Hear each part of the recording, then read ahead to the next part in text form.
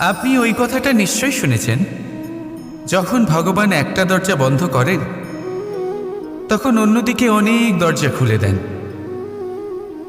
এবার এই দরজা, এই সমস্ত পথ আমরা দেখতে পাই না, অনেক সময় আমরা বুঝতে পারি না, হারিয়ে যায় সব। কখনো কখনো মনে হয় যে এই কথাটাই মিথ্যে, কিন্তু আসলে তা তো নয়। তাহলে হারিয়ে যায় কেন?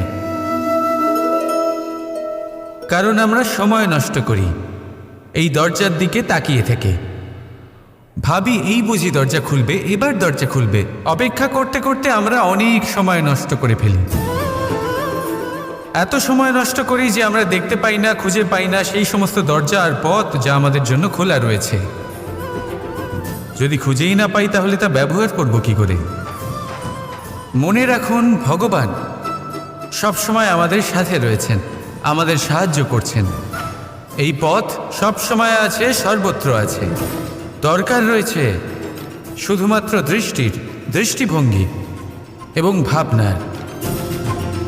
এই দৃষ্টিকে বিস্তৃত করুন, এই দৃষ্টিভঙ্গিকে ধনাত্মক করে তুলুন, আর এই ভাবনা এর সীমা একটু বাড়িয়ে তুলুন।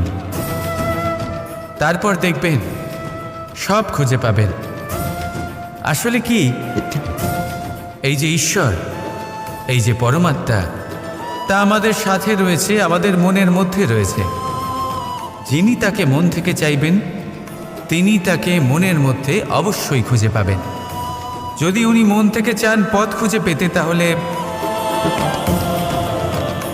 তিনি অবশ্যই পথ খুঁজে পাবেন। তাহলে আসুন আমার সাথে ভালোবেসে বলুন, রাধা রাধা। ভগবান আর ভুল, এই দুই একই অক্ষর দিয়ে শুরু হয়। শুধু তাই নয়, এদের দুজনের রাশিও সমান।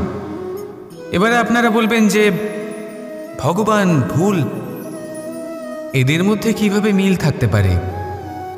অনেক বড় মিল আছে। না শুধু এ এক অক্ষর দিয়ে শুরু হয়, বরং এদের বিজয় মন্ত্রটাও এক। ভগবানকে মানুন, তাকে বিশ্বাস করুন, তাকে স্বীকার করুন। এটা করলেই মনের দৃষ্টি থেকে ভগবানকে দেখা যায়, আর উনি আপনাকে সমৃদ্ধ করে তোলেন। ভুলের সাথেও এটাই ঘটে। নিজের ভুল স্বয়ং মেনে নিলে, স্বীকার করে নিলে, সব কিছুই স্পষ্টভাবে দেখতে পাবেন। যেদিন থেকে আপনি নিজের ভুল মেনে নিতে শিখবেন, সেদিন থেকে সেই ভুল শোধরানোর প্রক্রিয়াও শুরু হয়ে যাবে। আপনি বুঝে যাবেন নিজের ভুল কিভাবে শোধরাতে হয়। তাই মনে রাখবেন, নিজেকে শ্রেষ্ঠ করে তোলার জন্য নিজের ভুল স্বীকার করা অত্যন্ত প্রয়োজনীয়। এই জীবনে শান্তি আনার জন্য ঈশ্বরকে মেনে নেওয়া অত্যন্ত প্রয়োজনীয়। সবসময় নিজের গুণ এবং নিজের দোষ মনে রাখবেন। আজীবন সুখী থাকবেন। রাধা রাধা। আমরা সবসময় চাই যে এই সংসার আমাদের জ্ঞানী বলবে, বুদ্ধিমান বলবে, বুঝদার বলবে, কিন্তু মূর্খ, মূর্খ যেন কেউ না বলে। মূর্খ শব্দটা আমরা কেউ শুনতে চাই না, দূরে পালাতে থাকি। কিন্তু একটা সত্যি সবার কাছে অজানা, যে মূর্খ হওয়া হলো বুদ্ধিমান হওয়ার দিকে সর্বপ্রথম পদক্ষেপ। আপনি যত খুশি দিগ্গজ জ্ঞানী মানুষদের সাথে আলাপ করুন, যত ইচ্ছে কথা বলুন, যতই জ্ঞানের কথা আলোচনা করুন, অভিজ্ঞতা মূর্খ হবার পরেই পাওয়া যায়, তাই নয় কি? মূর্খ হবার পরে আপনি এটা বুঝতে পারবেন যে কি করা উচিত নয়। জ্ঞানী ব্যক্তি আপনাকে এটা বলবেন যে কি করা উচিত। আর এই সংসারে কি করা উচিত তার থেকেও অনেক বড় জ্ঞান হলো কি করা উচিত নয়। সেই জন্য সব সময় মনে রাখবেন, আপনার করা কিছু ভুল আপনাকে যদি কেউ মূর্খ বানিয়ে থাকে, ছল চাতুরি করে থাকে, তাহলে কোনো ব্যাপার নয়। এটা শেষ পর্যন্ত আপনাকে আরও বুদ্ধিমান করে তুলবে। এই মুহূর্তে ধনাত্মক থাকুন। এই সংসার আপনাকে অবশ্যই জ্ঞানী বলবে। রাধা রাধা। আমরা মানুষেরা কি অদ্ভুত, তাই না? যখন ভুল আমরা করি তখন আমরা চাই আপোষ করে নিতে। এই ভুলই যদি অন্য কেউ করে তখন আমরা চাই ন্যায় হোক। কেন? একই পরিস্থিতিতে দুই রকম আচরণ কেন? দেখুন, যদি আপোষ, ন্যায়, প্রতিকার বা প্রতিঘাতের বদলে আমরা শুধু এবং শুধুমাত্র প্রেম দিয়ে ভরিয়ে তুলি, তাহলে না আমাদের আপোষ করে নেবার আশা থাকবে, না ন্যায় পাবার আকাঙ্ক্ষা। কারণ মানুষ আপোষ বা ন্যায় তখনই চান যখন কিছু নেবার থাকে, কিন্তু প্রেমে তো সব কিছু অর্পণ করে দেওয়া হয়। মনে রাখবেন, সব থেকে বড় আপোষ আর সব থেকে বড় ন্যায় শুধুমাত্র ভালোবাসা। তাহলে আসুন আমার সাথে ভালোবেসে বলুন, রাধা রাধা। বটবৃক্ষের বীজ সর্ষের দানার থেকেও ছোট হয়, কিন্তু যখন তা নিজের রূপ ধারণ করে তখন তা বিশাল বৃক্ষের আকার ধারণ করে, যা সহস্র বছর ধরে বেঁচে থাকে, ছায়া প্রদান করে, পাখিদের আশ্রয় প্রদান করে, আর দেয় পথচারীদের বিশ্রাম করার স্থান। কেন? কারণ সেই ছোট বীজ তা মাটির ভেতরে গিয়ে নিজের খোলস ত্যাগ করে। অন্ধকারে থাকে সে, যতই আলো আসুক না কেন, যতই বর্ষা আসুক না কেন, সব সহ্য করে। আর তারপরে একটা চারা গাছ অঙ্কুরিত হয়, তারপর ধীর গতিতে একটা বিশাল বৃক্ষতে পরিণত হয়। দেখুন, জীবনে কঠিন সময় আসে, এই জন্য নয় যে আপনি হার মেনে নেবেন, এই জন্য আসে যাতে আপনি ভবিষ্যৎ নির্মাণের জন্য নিজেকে তৈরি করতে পারেন। যদি কঠিন সময়ে আপনি ওই বীজের মতো দৃঢ় হয়ে থাকতে পারেন, তাহলে আপনিও একদিন সেই বিশাল বৃক্ষের মতো নিজের অস্তিত্ব গড়ে তুলতে পারবেন, যা সহস্র বছর পর্যন্ত মনে রাখা হবে। আসুন আমার সাথে ভালোবেসে বলুন, রাধা রাধা। জীবনে এমন কিছু কাজ রয়েছে যা আপনাকে একাই করতে হয়, আর এমন কিছু কাজ রয়েছে যা আপনাকে একসাথে মিলে করতে হয়, একজোট হয়ে, সঙ্গবদ্ধ হয়ে। এবার সঙ্গবদ্ধ বলতে কি বোঝাতে চাইছি? আমি তাদের কথা বলছি না যারা বাস্তবিকভাবে একে অপরের সাথে কাজ করেন। আমি তাদের কথা বলছি যারা একে অপরের থেকে দূরে থেকেও একে অপরকে বিশ্বাস করেন।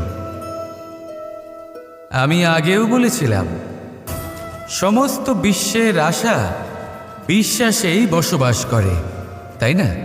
তাই যেখানে সমস্ত বিশ্ব আছে, সমস্ত সংসার আছে, সেইখানেই বিশ্বাস রয়েছে।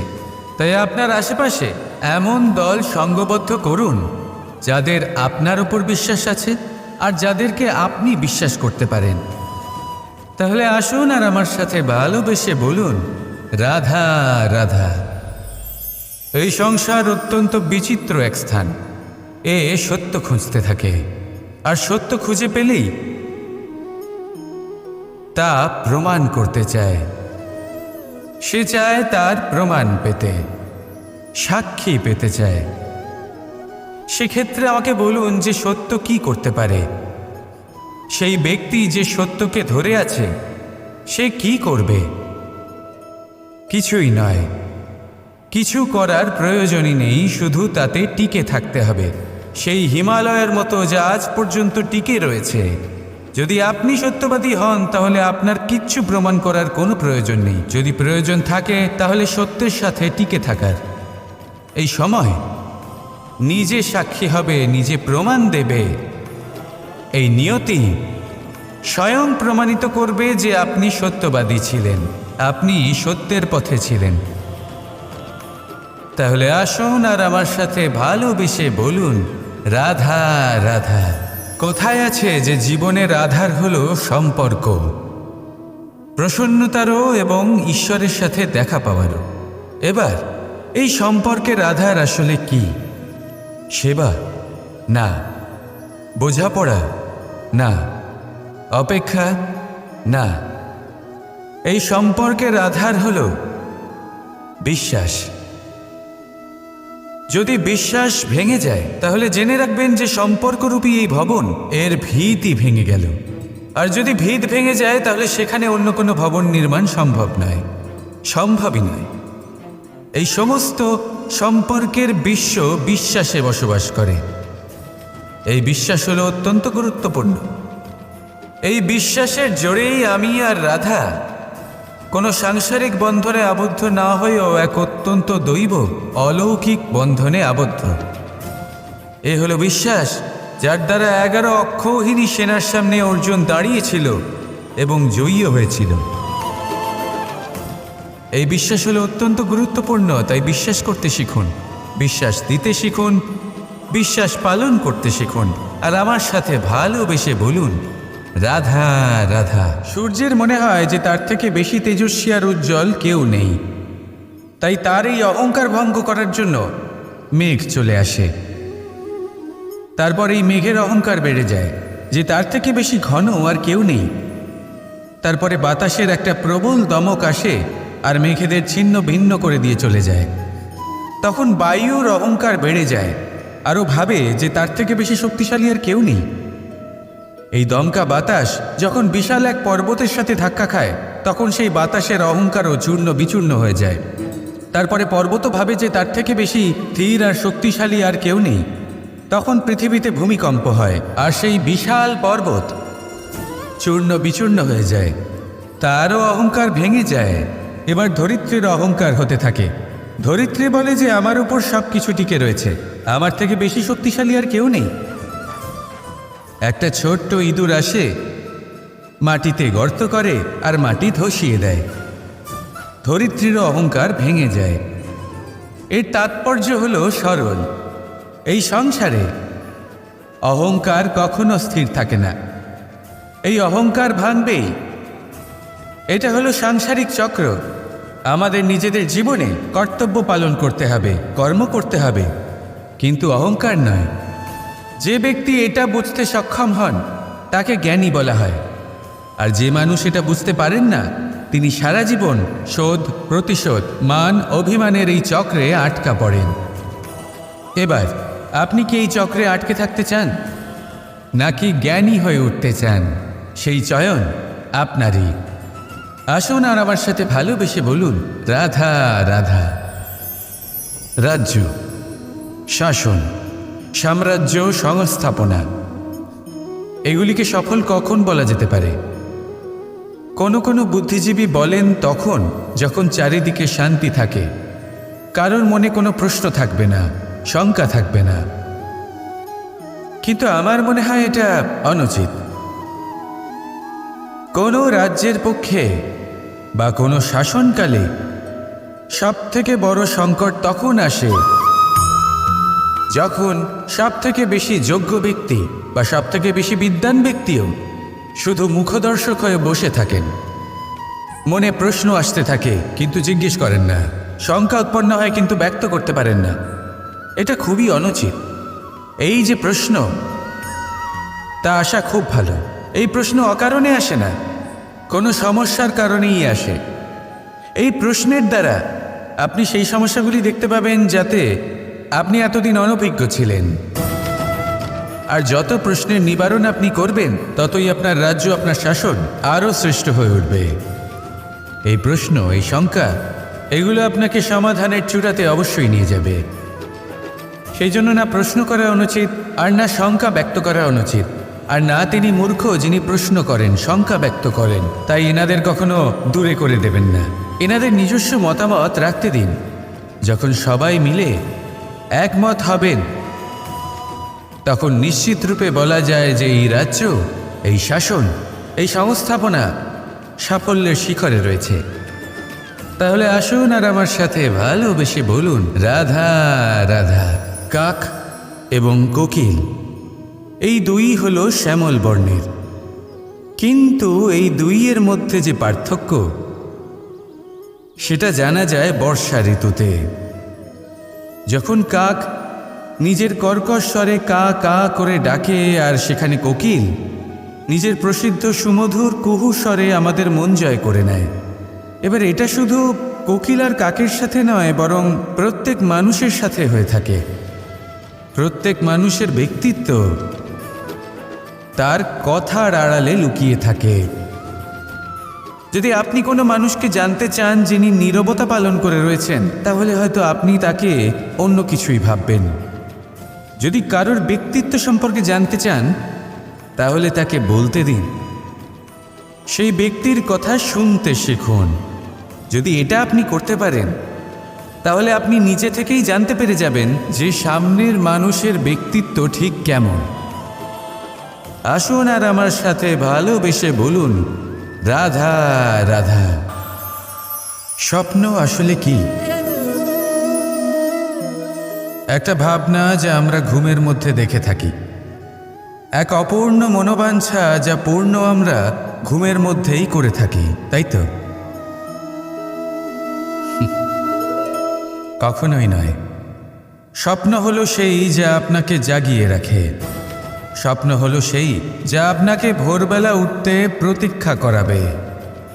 স্বপ্ন আমরা ঘুমের মধ্যে তো দেখতেই পারি, কিন্তু সার্থক করার জন্য দিন রাত্রি জেগে পরিশ্রম করতে হবে।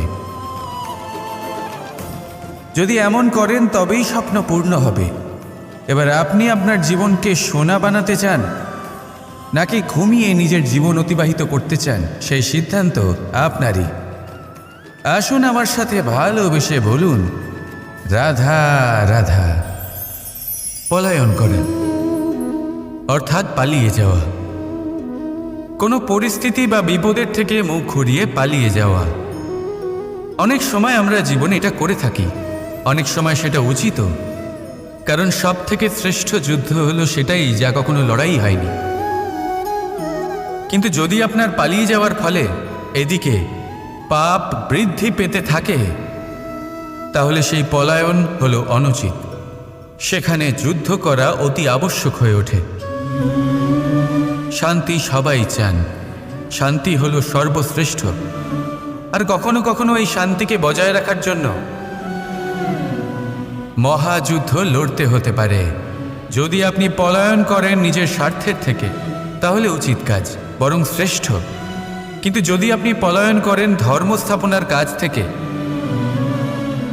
তা উচিত নয়। এই সংসারের ভাগ্যের মঙ্গলের জন্য অনেক সময় অনিমন্ত্রিত স্বয়ম্বরে যেতে হয়, কারণ ধর্ম স্থাপনার এই কাজ পলায়ন করে নয়, কর্মের পালন করে করতে হয়। তাহলে পলায়ন করুন স্বার্থের থেকে, কুকর্মের থেকে, কুচিন্তার থেকে, অহংকার থেকে, আর পালন করুন ধর্মের, পালন করুন কর্মের। বন্দে ধর্ম, বন্দে কর্ম। রাধা রাধা। আপনাকে একটা প্রশ্ন জিজ্ঞাসা করি, জল কোথায় কোথায় পাওয়া যায়? কেউ বলবেন সাগরে, কেউ বলবেন ঝর্ণাতে, সরোবরে, নদীতে। আর এই সবকটা উত্তরই সঠিক। আর এদের মধ্যে সবকটা জায়গাতেই কি পাওয়া যায়? জল। ঠিক সেইভাবেই মানুষের যে কোনো স্বরূপই হোক না কেন, তাতে বাস করেন স্বয়ং পরমাত্মাই। সেই পরমাত্মা যিনি ভালোবাসার বাণী শুনে থাকেন, ভালোবাসার ভাষা বুঝতে পারেন, তিনিই জানেন। এবার সে মাতা দেবকী হোক বা মাতা যশোদা, এই যাত্রা তো শুধুমাত্র মমতার। এবার সে রুক্মিণী হোক বা রাধা, যাত্রা সেই ভালোবাসারই। তাই শুধু ভালোবাসার উপরে মনোনিবেশ করুন, নিজের ব্যবহার প্রেমময় করে তুলুন। আপনার প্রত্যেকটা সম্পর্ক, প্রত্যেকটা বন্ধন পবিত্র হয়ে উঠবে। তাই আসুন আর আমার সাথে ভালোবেসে বলুন, রাধা রাধা। পরিবর্তন এই সংসারের শাশ্বত নিয়ম। কোনো রাজা নেই যিনি চিরকাল রাজা থাকেন, কোনো ধনী ব্যক্তি নেই যিনি চিরকাল ধনী থাকবেন। এই সংসারে সূর্যের স্থান নেওয়ার জন্য চন্দ্রিমার আগমন ঘটে। কোনো স্থান যাকে পতিত বলা হয়েছিল, সেখানে মহল তৈরি হয়েছে। কোনো স্থান যাকে আজ মলিন বলা হয়েছে, কাল সেখানে মন্দিরও স্থাপন হতে পারে। কোনো ঋতু চিরকালের জন্য থাকে না, কখনো সময় চিরকাল একরকম থাকে না। আজ যা আপনার কাছে রয়েছে কাল অন্য কারোর ছিল, আজ যে আপনার কাছে রয়েছে কাল তা অন্য কারোর কাছে চলে যাবে। আপনার সাথে কিছু থাকলে তা হলো আপনার কর্ম, কিন্তু সেই কর্মের পরিণামও আপনার নয়। আপনি শুধু কর্ম করুন, বাকি সব কিছুই পরিবর্তনশীল। কিন্তু সেই পরিবর্তনকে দেখে ভয় পাওয়ার প্রয়োজন নেই, তাকে স্বাগত জানান। যদি আপনি হাসি মুখে সেই পরিবর্তনকে স্বাগত জানান, তাহলে এই পরিবর্তনও হাসি মুখে আপনার সাথে থাকবে। আসুন আমার সাথে ভালোবেসে বলুন, রাধা রাধা। সাথী।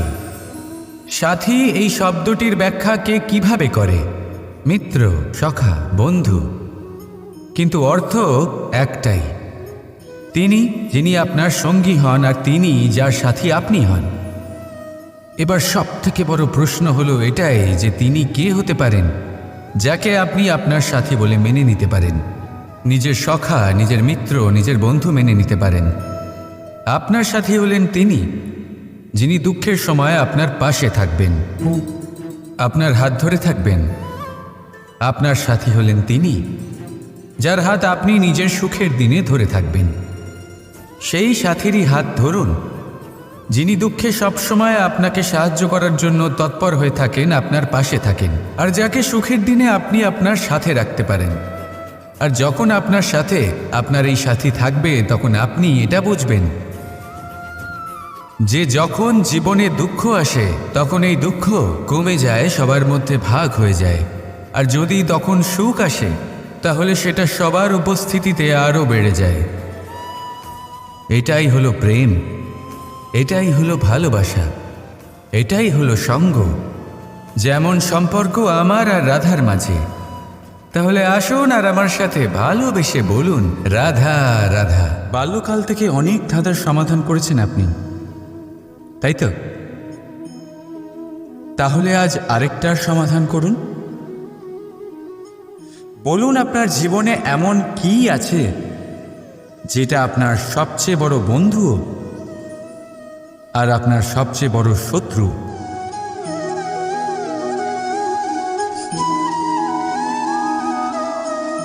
বুঝদারের জন্য ইশারাই যথেষ্ট। ঠিক ধরেছেন আপনি। সেই বস্তু হলো সময়। কেন? কেন সময় আপনার সবচেয়ে বড় বন্ধু আর সময়ই আপনার সবচেয়ে বড় শত্রু? উত্তর হলো সময়ের সম্মান। যে ব্যক্তি সময়কে সম্মান করে, সে নিজের জীবনে সমস্ত লক্ষ্যে পৌঁছে যায়। সংসার তার গুণের কদর করে, তাকে মাহাত্ম্য দেয়। আর যে ব্যক্তি সময়ের মাহাত্ম্যকে সম্মান করে না, বুঝতে পারে, কারণে অকারণে তার অপমান করে, সংসার তাকেই ভুলে যায়। এই জন্য সময়কে সম্মান করুন, তা নষ্ট করবেন না। কারণ ভালো সময় এই সংসারকে দেখাবে আপনার বাস্তবিক রূপ, কিন্তু খারাপ সময় আপনাকে দেখাবে এই সংসারের বাস্তবিক রূপ। তাই ভালোবেসে বলুন, রাধা রাধা। জীব জন্মগ্রহণ করে আর তার সাথেই সজাগ হয়ে ওঠে তার স্মৃতি। স্মৃতি বড়ই শক্তিশালী, তা থেকে হয় বিচিত্র অনুভূতি। সব সময় আপনার সাথে থাকে। আপনার সাথে যা যা ঘটে সেটা কোথাও না কোথাও কোনো এক স্থানে সঞ্চিত থাকে। কিন্তু কখনো কখনো আমরা ভুলে যাই যে এই স্মৃতি আমাদের। তাই এর মধ্যে আমরা কি রাখব আর কি মুছে দেব, তা আমাদের ওপরই নির্ভরশীল। এই জীবনে আমাদের কি মনে রাখা উচিত? সুখ, আনন্দের মুহূর্ত, সেই মুহূর্ত যেখানে আমরা উপকৃত হয়েছি, সেই মুহূর্ত যখন কেউ বন্ধুত্বের মর্যাদা দিয়েছে, সেই মুহূর্ত যখন আমরা কাউকে আনন্দ দিয়েছি। কিন্তু আমরা কি মনে রাখি?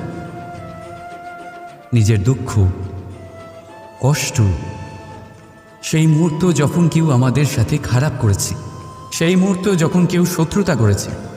আর তারপর এই স্মৃতিগুলোই আমাদের তাড়িত করে প্রতিশোধের জন্য। তাই আমাদের কি বলা উচিত আর আমাদের কি মনে রাখা উচিত, তা আমাদের উপর নির্ভর করে। এই জীবনে সব কিছু ভুলে যান, কিন্তু এই কথা অবশ্যই মনে রাখবেন, যে কথা ভোলার তা মনে থাকে তাই বিবাদ বাঁধ। তাই ভালোবেসে বলুন রাধা রাধা। কখনো বটবৃক্ষ দেখেছেন? কি বিশালাকায় হয়। কখনো কখনো ভয় করে যে এই ভারী ডালগুলির ভার এই বৃক্ষ বহন করতে পারবে তো। ভয় করে এই বৃক্ষ ভেঙে না পড়ে যায়। কিন্তু না, সময়ের সাথে সাথে শাখা থেকে নির্গত এই প্রশাখাগুলি মাটির দিকে এগোতে থাকে, আর তারপর নিজেরাই শিকড় হয়ে এই বৃক্ষের ভার বহন করে। ঠিক একই রকমভাবে যারা পরোপকার করেন, সৎ কর্ম করেন, তাদের নিজের কথা চিন্তা করার কোনো প্রয়োজন নেই, কারণ তাদের কর্ম ঢাল হয়ে তাদের রক্ষা করে। এই জন্য জীবনে অবলম্বন নয়, কর্মের চিন্তা করুন। রাধা রাধা।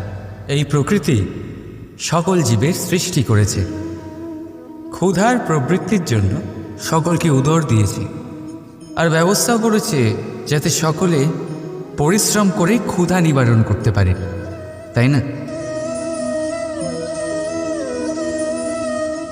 আর সংসারের সকল জীবের মধ্যে মানুষই সেই প্রাণী যারা ধন ও মুদ্রার আবিষ্কার করেছে, ধন অর্জন করতে শিখেছে।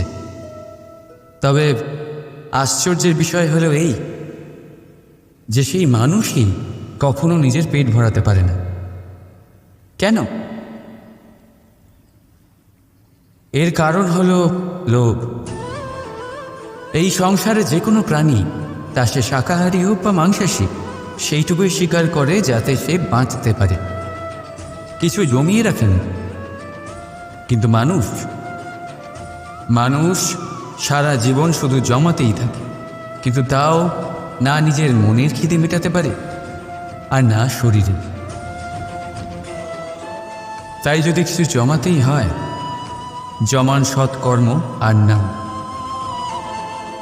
নয়তো এই সংসার থেকে খিদে নিয়েই ফিরে যেতে হবে। তাই ভালোবেসে বলুন রাধা রাধা।